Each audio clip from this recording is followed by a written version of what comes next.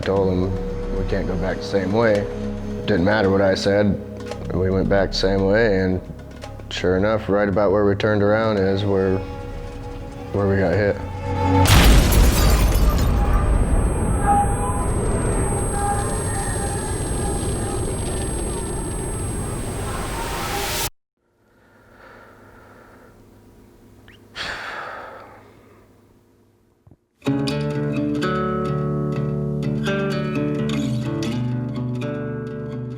My name's Michael Zingelewicz.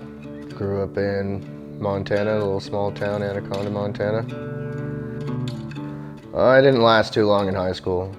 Between 15 and 18, I was just partying it up, creating nothing but havoc.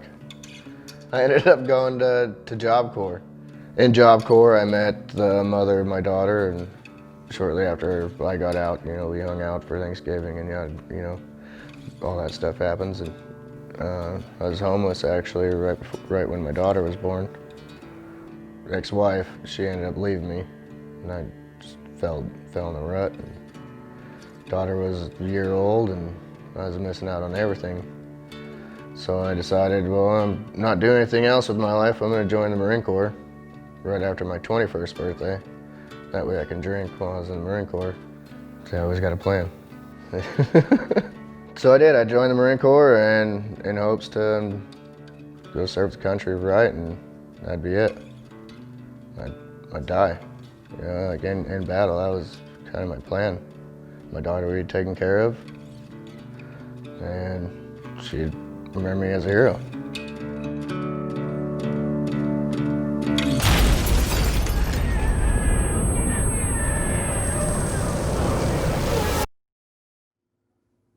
Didn't really sound like anything until afterwards. It was just a bunch of ringing, right? But it felt like someone just clapping you right in the ears. I couldn't hear anything. I just see people's mouths moving, and a buddy of mine taps me on the shoulder and does the motion. His thumbs up. Now my Kevlar was, blown in the back here. My chin strap's up here, and luckily nobody died on that.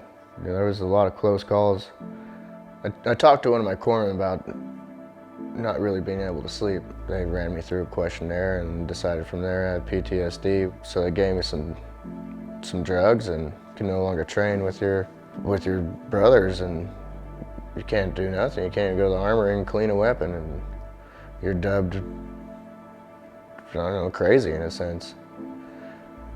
I needed my brothers. I needed to strive on, and I got robbed of that the last 6 months of my term. That camaraderie, that's a family.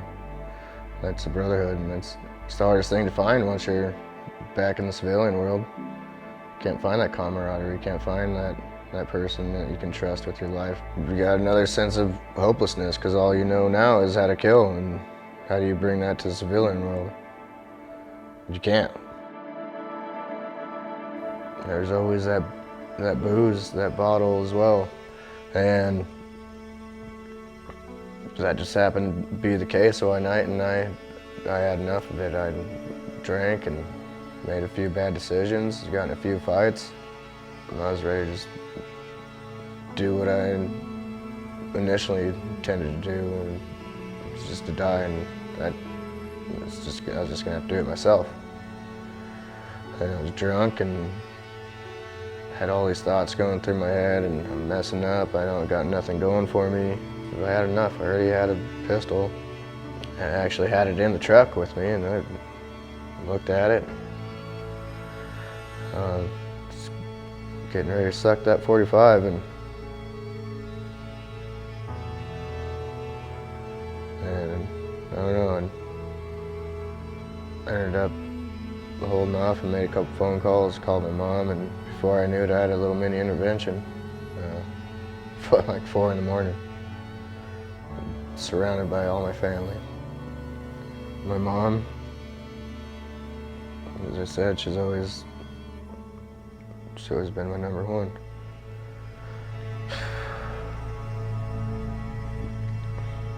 But she reached out. My sister reached out. They happened to get in contact with Wild Ops. Just got random phone calls, people I never met, people I never heard, and a couple guys, hey man, they introduced themselves. I wish I could remember their names. I wish I could give them a big hug. I do.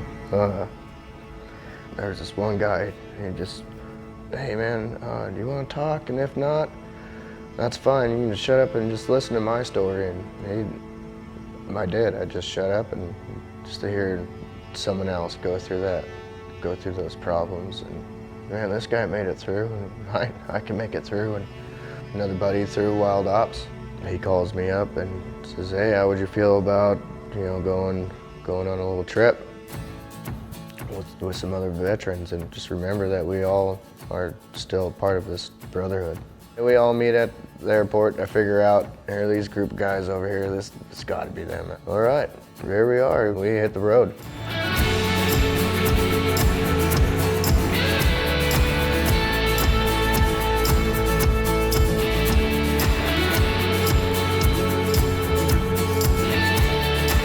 That's a beautiful fish! So we pull up to the lodge. It's a big log home, and it was great. We had a chef for us. She did great with incorporating the wild game and bison, even halibut. So our first day, we all kind of introduce ourselves, and hey, we load up, drive a couple miles down 2-lane road. We go to this fishing place. We get suited up, outfitted out, and getting taught how to fly fish. I've never fly fished a day in my life. Each day we'd a different place, really. Good times. And every day they have a system that they do start off with one story, not to overpower anyway, that for these guys, they don't want to bring back bad memories all at once, but you still hear their story, and you still share that compassion.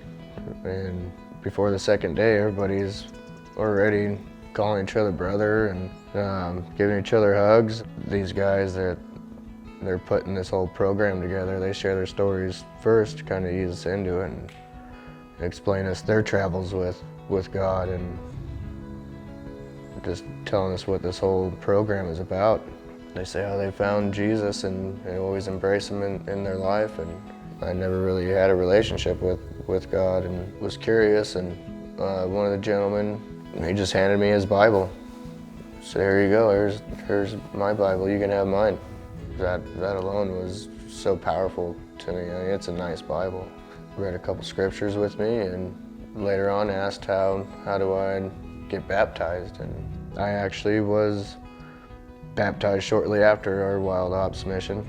My uncle, which happens to be a Vietnam vet, he was fortunate to be able to be the one to baptize me.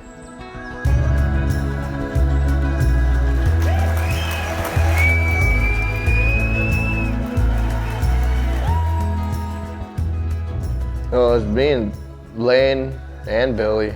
We would call each other about once a month, kind of have a little Bible study. And not only that, just check on each other and ask each other how everybody's doing. And I can't forget my brothers. That's the whole point of this Wild Ops, and I need to reach out. Just within a year of the trip and my baptism, I have a family again. I have a new son, I'm married. I just moved down here to California for a great career. If it wasn't for Wild Ops and their determination to spread the word and have that sense of camaraderie and brotherhood, I wouldn't be here today. Would not be here today. I was on a mission, no destruction, and Wild Ops helped deter me from that and give me a sense of hope and a new way of life. And I love every part of Wild Ops and everybody in it. Hi, this is Jeff Morris, founder of Wild Ops. Thank you for taking the time to listen to Ziggy's story. Wild Ops exists to reach the combat wounded veteran of greatest need. There are thousands of other veterans out there that won't speak to family members or anyone else, but they would speak to another combat wounded veteran. So if you're a veteran, or you know of a family member, a neighbor, a coworker that's a veteran struggling from the effects of combat, reach out to us at wildops.org. and we'll have one of our veterans contact them and bring those people into a place with other combat veterans in an operation where we can initiate a new level of healing in their life. For the thousands of unreached combat veterans, we'd ask that you partner with us so that we might broaden our reach. You can donate online at wildops.org.